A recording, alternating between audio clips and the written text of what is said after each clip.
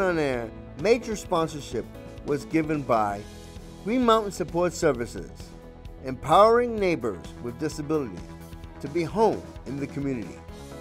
Also, sponsorship was given by Washington County Mental Health Services, where hope and support come together, and Champlain Community Services of Vermont. Welcome to this edition of Able Did On Air, the one and only program that focuses on the needs, concerns, and achievements of the differently able. I've always been your host, Lauren Seiler. Arlene is off today. Thank you to our sponsors.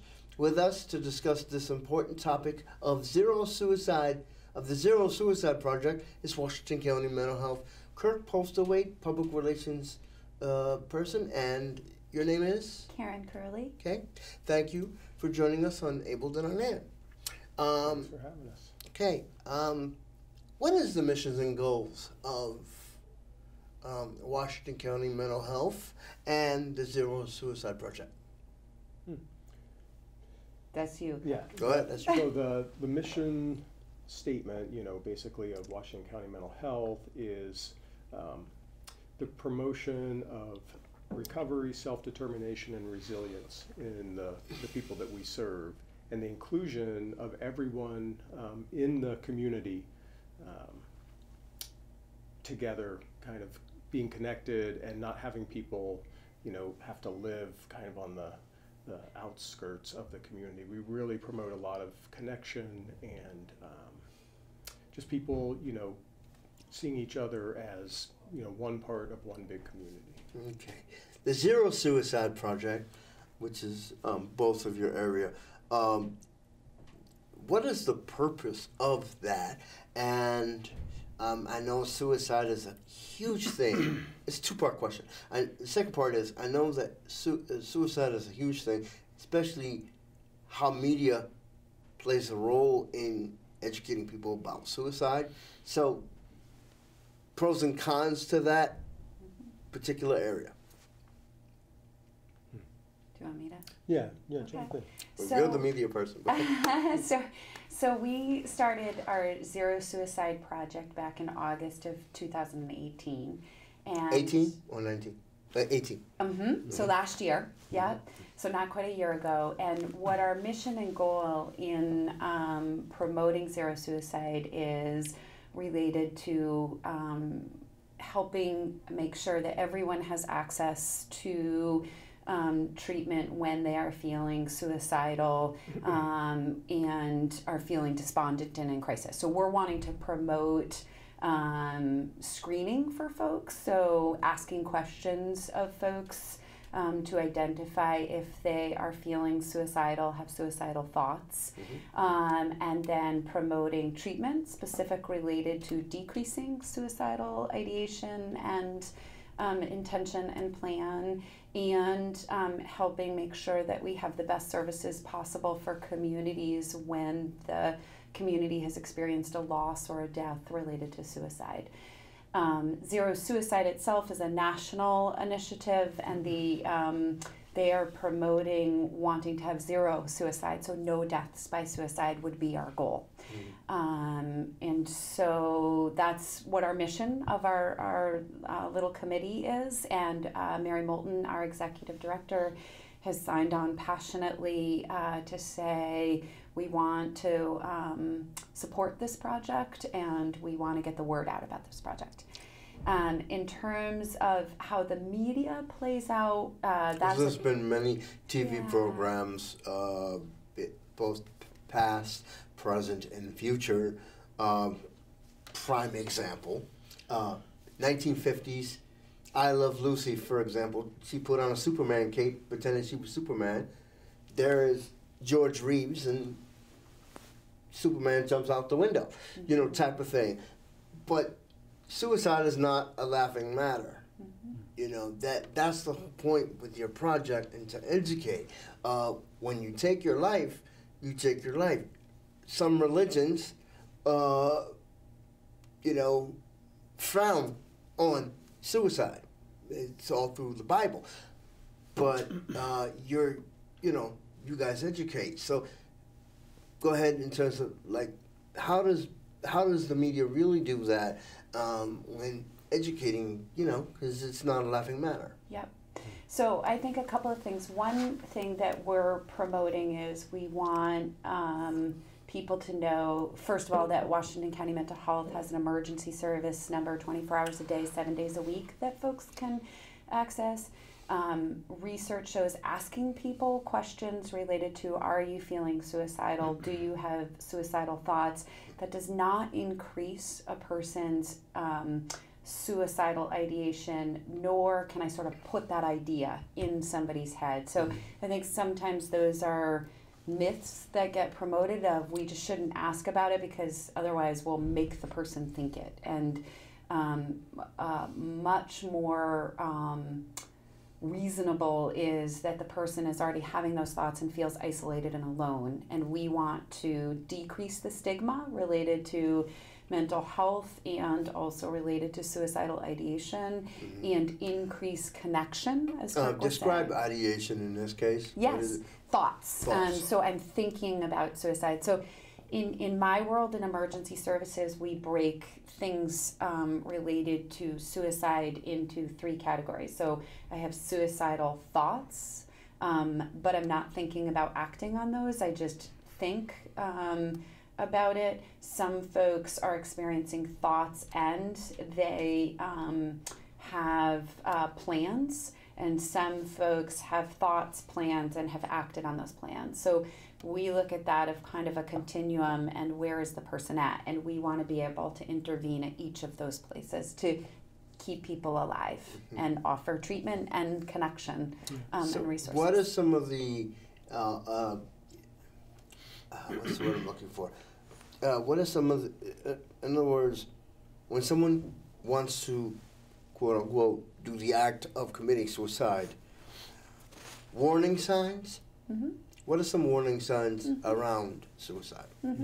It's a great question. So what we're always looking for are, we ask everybody about your mood, your eating patterns, and your sleeping patterns. So that's where we start. Eating patterns. So if people have changes in appetite one way or the other, those are questions we ask related to somebody's mental health. How are they doing overall? So how are you doing in your patterns? In terms of specific to, is somebody having suicidal thoughts, that is more what we look at is, what are the person's connections to other people? What are they doing related to their daily routines, like their job or their school? What are they doing related to things they enjoy, and are they still participating in those? What are the stressors in their lives? So we look at how does stress play a role then? Yep, that's a great question. So stress plays a role of when people have a lot of stress, they feel like they're getting closed in, and they feel like they're alone a lot of times in dealing with those stressors, whether they're financial or relationship or housing, or there can be any number of different stressors. And so what we want to do is help provide a safety net.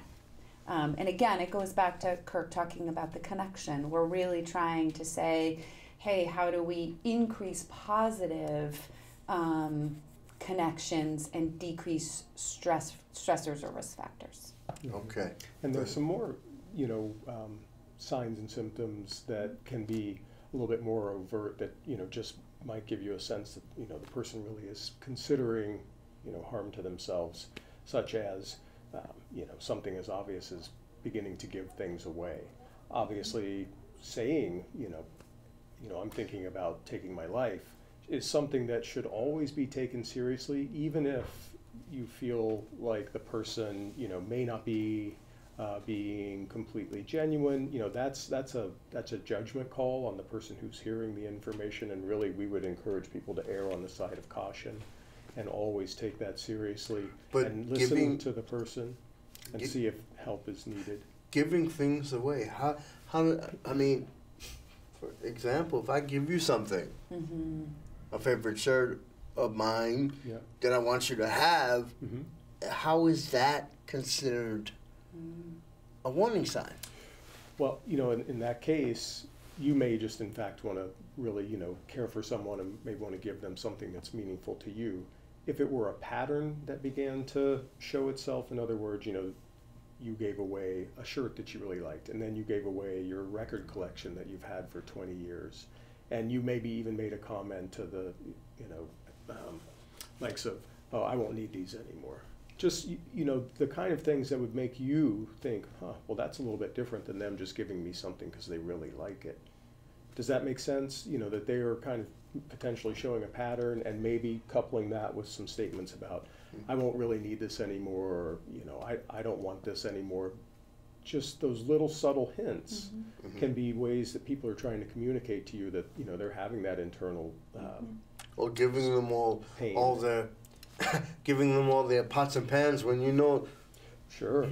when they need them to cook. Yes. That's the idea. Exactly. So it's never one thing by itself, really. It's sort of these things that are connected. So again, in that example, I gave you my dog, and I'm also not sleeping all that well, and I'm seeming to have a sad affect, emotions, and you have noticed that the last 3 times you've asked me to come in for lunch, I say, I'm not really that hungry, and yet I always usually come in for lunch. So it's changes in behaviors that are unusual that those are potential warning signs. Nothing by itself, aside from somebody saying, I'm feeling like I want to die, is necessarily a sign. It's more of just staying connected with each other and checking in with each other and seeing how people are doing. Okay. Yeah. Anything you want to add to that particular?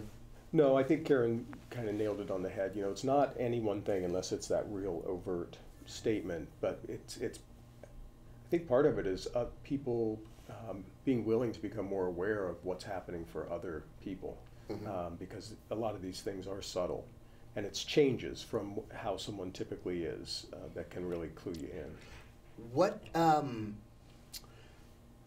the difference between your program or your project and crisis your crisis intervention? But what's the difference between other crisis intervention programs and the Zero Suicide?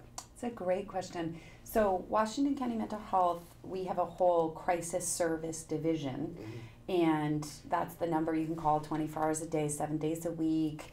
We have various and sundry programs. What Zero Suicide is for our whole agency. Each division on our committee is represented, including our developmental services division, and what we are promoting is saying, everyone can ask these questions related to, are you feeling suicidal? And everyone at our agency will then know what their next steps are, whether you work in our administrative division or whether you work in our crisis service division. So it's more around giving people the tools to feel like I can ask the question and not be super afraid. Okay. People that are mentally ill and mentally challenged, what are some of the misconceptions around people that are, mentally ill, mentally challenged? If you meet them for the first time, knowing that they're having suicidal thoughts or that type of thing. That's a great question. Do you want to start? Sure. I think, particularly in the context of suicide and how that may connect with someone with a mental illness. First of all, there's no direct correlation between the two. Someone can have a mental illness or a mental health challenge and never feel suicidal. And someone who wouldn't necessarily be diagnosed as having a mental health diagnosis could, in fact, have suicidal thoughts and beyond. So they're not one and the same by any means. And, I think a common misconception really, I don't know if misconception is the right word, but for people who are experiencing mental illness or mental health challenges is that it's something to be afraid of as the other person. That there's something that is scary about that, and that if you talk to them, you're going to open up a discussion that is somehow going to affect you negatively and that type of thing. It kind of ties into stigma. And in fact, we all have mental health. every person has mental health, and it exists kind of on a spectrum.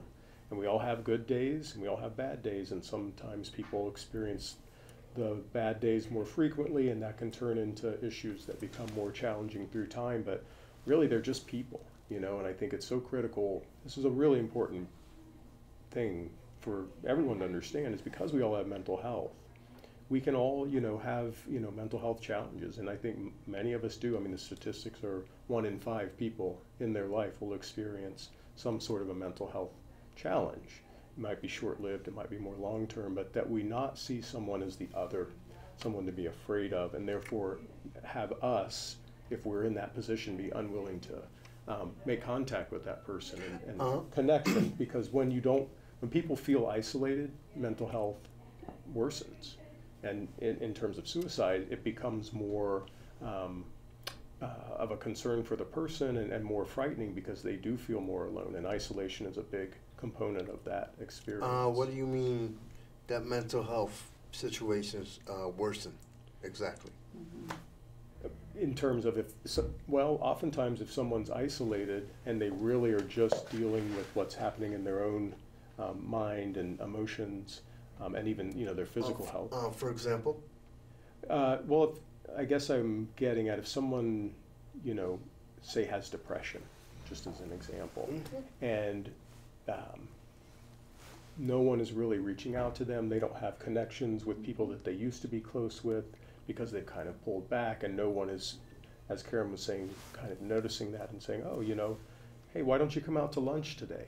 And the person's like, oh, no, I don't want to. And they do that 3 or 4 times in a row. And, you know, by doing that, they kind of are further isolating themselves, which kind of leaves them, again, with their own thoughts, their ruminations, and that type of thing. And that can, you know, really exacerbate something that, had it been addressed maybe in that first couple of times, and the friend said, you know, hey, what's up? You usually come to lunch, and I'm just wondering, you okay?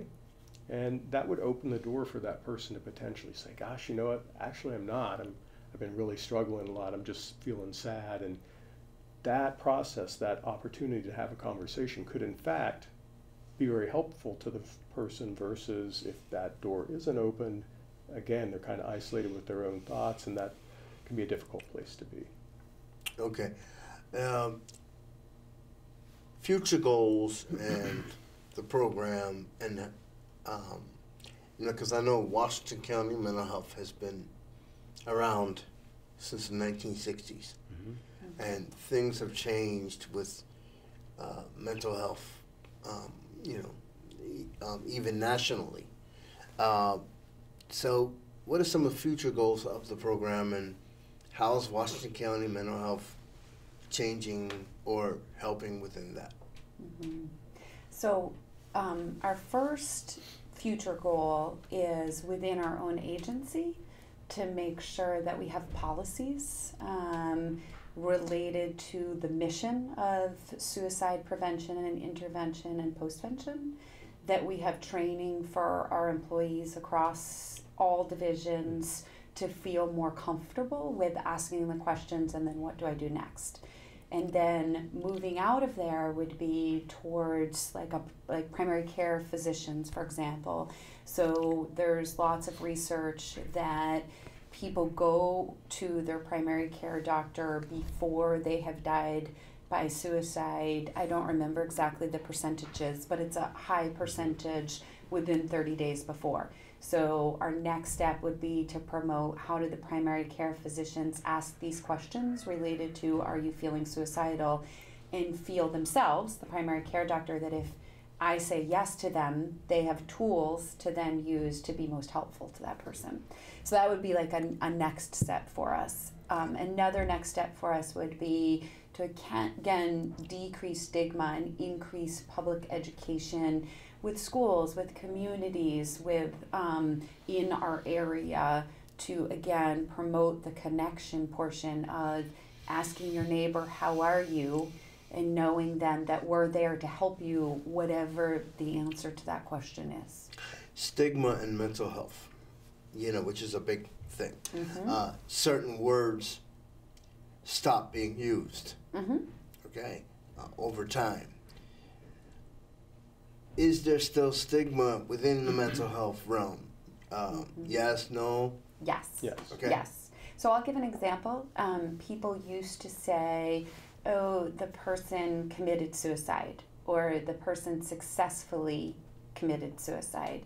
The words that we're trying to promote. Successfully. And so, as you can imagine, there's no success, right? When someone dies, it's tragic, and it's nobody's fault that these are words that were accepted. And what we're trying to move towards to more is someone died by suicide, and that's a more it's factually what happened. There's no committed means a sin has potentially. So that's the religious part you were talking about before. I would imagine people used to use the word successful only meaning that it actually happened. I don't think anybody means any harm in saying that kind of language, but what we're trying to promote is a person has died by suicide, and that doesn't either have a religious part to it around the potential sin, and it also doesn't have a success or a failure. It's a terribly tragic outcome, and we're trying to prevent it, and we're trying to promote that kind of language. That's an example of stigma language that is still very commonly used. I don't know if you can think Do you want to add to that? Yeah, that's right. Well, I just think that I don't know if I'll have a real definite example like that, but stigma, I think, still exists just in the sense that people, and this is a statistic that never loses its impact on me, is that people on average take about 10 years once they start experiencing mental health symptoms for themselves before they actually end up getting help. So if you think about that, if you had a broken arm, or even, some sort of real intense physical, problem, pain, etc., you would most likely go to the doctor for that right away. In the case of mental health, people on average, again, wait 10 years to reach out once, since they started experiencing those internal stressors and issues that were causing them concern. But because, stigma essentially is people, impacts people in the sense that they, don't want to talk about what's happening for them because they're embarrassed, or they think it's a sin, or they think that, other people, will think that they're not being honest, that they're just doing this for attention. There's a whole range of things that add to stigma, but the main drawback with stigma is what that does is it prolongs the negative experience that the person's having, which makes their lives more complex and difficult, likely. And then by the time they do reach out for help, things have gotten worse oftentimes, versus if they were able to reach out sooner, go to the doctor at kind of the first signs of really prolonged sadness or real intense inner, feelings of nervousness or anxiety, and reached out, got some help, not necessarily even medication, but medication if that was in fact indicated, coupled with seeing a therapist and getting some supports, that their long-term prognosis would be better because they didn't spend all those years in struggle. Now, in terms of suicide, matter of fact, just reading off the top of my head, mental disorders including depression, like you had mentioned, bipolar disorder, schizophrenia, personality disorders, and substance abuse, including alcoholism, are risk factors, or within. What if a person doesn't have any of this? Yep. Okay. And being the fact that you're mandated reporters with the state of Vermont, now describe, two-part question. Describe a mandated reporter, what a mandated reporter does, and then what if a person doesn't have any of the symptoms? How do you still recognize suicide? It's a great question. So can I answer those in flip order? Go ahead. I'm sorry. No. So great questions. So it is very true that for emergency services, we here we didn't know, there were no warning signs. A person has tragically died by suicide. And so what we're trying to promote is, yes, there are certain risk factors that increase someone's potential risk for dying by suicide. And some of those risk factors are internal, and some of those risk factors might be noticed externally. What we are really promoting is connection, and connection in terms of checking in on each other and seeing how are you doing, and recognizing stress factors that people are experiencing, and recognizing what the potential risk factors are. There's no perfect way to check the boxes and know definitively this person is suicidal and this person isn't. But the greater we can increase awareness of our community, the more likely that people know there is help and resource out there. And the more we can decrease stigma of, as Kirk said, the us and them, as opposed to we all are doing the best we can, we all experience stressors, and we all on any given day are somewhere on that continuum related to our mental health. That for me is what we're trying to promote, is to say, check in on each other and say, how are you? And that we need to decrease the stigma that society has related to asking for help related to mental health, whether it be seeing a therapist, whether it be using things like wellness initiatives to decrease stress, whether it be medications. There are a number. So that's what I would say. You're spot on with, we hear a lot, not infrequently, I guess I would say, we didn't know there were no warning signs. And so in that kind of a question, what we're promoting is connection with each other. Community is so important to people. And community looks very different to different people. And how do we balance that? So that's what I would say about that. And then in terms of as mandated reporters, it is true, we are mandated reporters by law. And define. What that means is there are 3 categories where we keep all information confidential, meaning I don't talk to people about what people talk to me about unless there are 3 reasons that I do. One is that you are at risk to hurt yourself, and you tell me that, and by law I have a mandate to say I need to access help for you.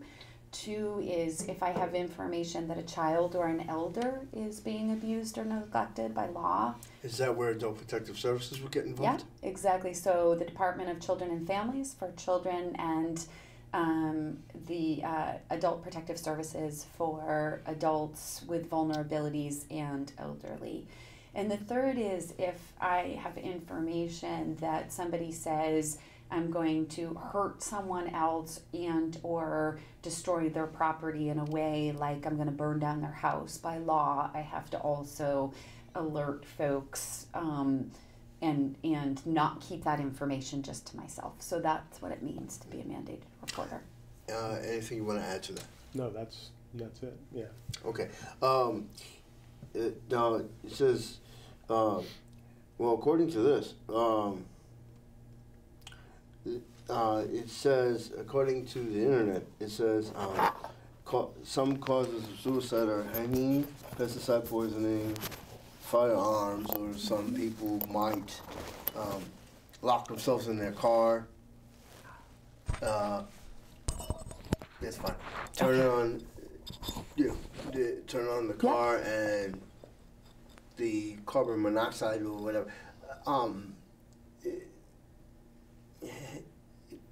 Are there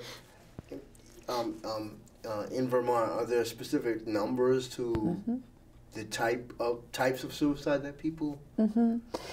That's also, you have great questions, Lawrence. Okay. Great questions for our area. So yes, there are statistics related to each of the, what we call is that those are the means by which someone uses to make a suicide attempt or has died by suicide. There are statistics in terms of Does Vermont keep those numbers? They do, and I apologize, I don't have the specific statistics. What I can talk about is firearms are the most, the highest risk in terms of the violence potential that a firearm has. And what I mean by that is the likelihood that if you use a firearm to try to die by suicide, that a firearm is more likely to cause a death, if that makes sense. We see folks who die by overdose, and we see folks who have died by hanging themselves. What I should say is when I say we see them, we see their family members, one, because they have died, but that is something that certainly happens in Vermont. And the other ways that you've talked about people do use to die by suicide, what we're trying to figure out with folks when we see them before is we're trying to decrease the access to what we call lethal means. So all of what you talked about are access to lethal means, whether it be guns or locking themselves in one's car. Yes, yes. So we try to figure out of how do we decrease the access the person has to those means. So for example, if a person has a plan to lock themselves in their car, what we're looking for is how do I make sure that they don't have access to that car while they're feeling acutely suicidal. That's an example. In terms of keeping the person active or to not think suicide. Are there ways that Washington County helps with like recreation programs, happy things so people don't think about suicide? It's a great question. Do you want to take that, Kurt? Well, I mean, I think we could certainly speak a little bit to some of the treatment modalities we use. Therapeutic. There's something called dialectic behavioral therapy. That's an evidence-based therapy that we do have. We're really well vetted and versed up at Washington County and have a great program. And they see a lot of people who, in fact, may be experiencing some thoughts of suicide, coupled with other issues. And I won't go into the details, of the therapy itself. But so that's one therapy modality. Another one's called cognitive behavioral therapy. So that's the therapy piece. Beyond that, we have wellness groups that people could be, could participate in. Anything from mindfulness to yoga for stress relief. We have the mindfulness and art of tea making. I think that's the correct title, but essentially teaching people to slow down a little bit and kind of be aware of what's happening in the moment and make connections by being in a group. Going to a cooking class, maybe? Cooking class, thank you. Yep.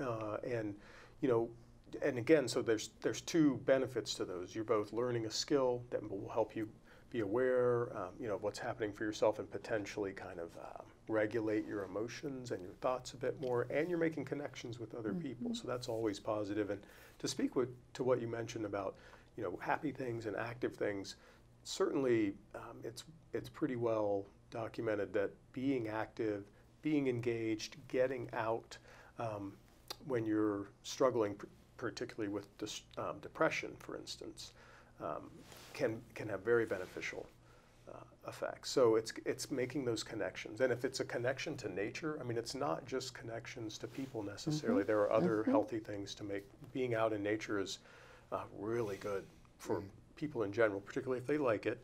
Obviously, but it's a wonderful way to kind of connect to something that gets you out of yourself and can help some of the thoughts that you've been, really struggling with, kind of repetitive thinking, particularly if it's a negative thought cycle and difficult emotions.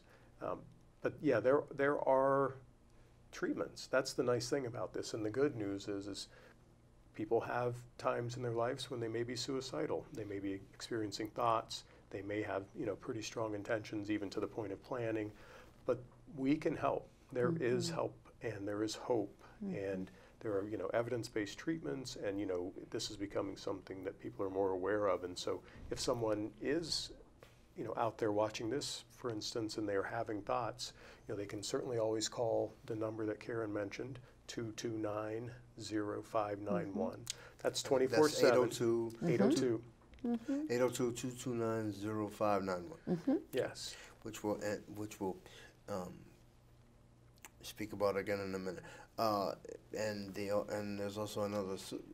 Do you guys within Washington County? Because I know that there's another hotline out there called LifeNet, and there are others. Do you guys work with those hotlines within the suicide prevention program? So that's a great question. There are definitely national toll-free lines that are provided. Like there's the National Suicide Hotline. There's a crisis text line now that's been developed. We, for me, I'll promote any connection that a person is able to make with whatever entity. We don't specifically work with them because they're a national platform, if you will, but what they would do is outreach to us if they had somebody who is calling and they can identify they live in our area, and then they'll connect with us. And we would provide, like let's say folks say, I don't feel comfortable calling a local number, I want a national number. We would absolutely give them those resources. We want people to have choices. We want people to have different resources, because as Kirk said, different things work for different people. And so even the word connection, sometimes people feel more connected to pets and animals than they do to people. Yeah. And sometimes people feel connected more to nature. You mean like therapy? Exactly. Like therapy pets. Yeah, or even just, I feel like I have a dog at home and my dog isn't a therapy dog, but my dog provides me unconditional love and is always happy to see me and provides me comfort, and so that's really valuable to me, for example. Okay. Again, thank you for joining me on this edition of Able Done On Air. What is the number again for Washington County Mental Health and your suicide project? 802-229-0591. Okay. For more information on Washington County's programs or the Zero Suicide Project, you can log on to www.wcmhs.org or 1-802-229-0591. That's 229-0591. Or for those that need more help, you can go to the National Suicide Prevention Hotline at 1-800-273-8255. That's 1-800-273-8255, the National Suicide Prevention Lifeline and Hotline. This puts an end to this edition of Able Dead on Air. I'm Lawrence Seiler. Arlene is off today. Thank you to Washington County Mental Health, our sponsors. Washington County Mental Health sponsors Able Dead on Air, as well as several other organizations, including Green Mountain Support Services, and now we have Champlain Community Services as a sponsor. Thank you to them. This puts an end to this edition of Able Dead on Air. I'm Lawrence Seiler. See you next time.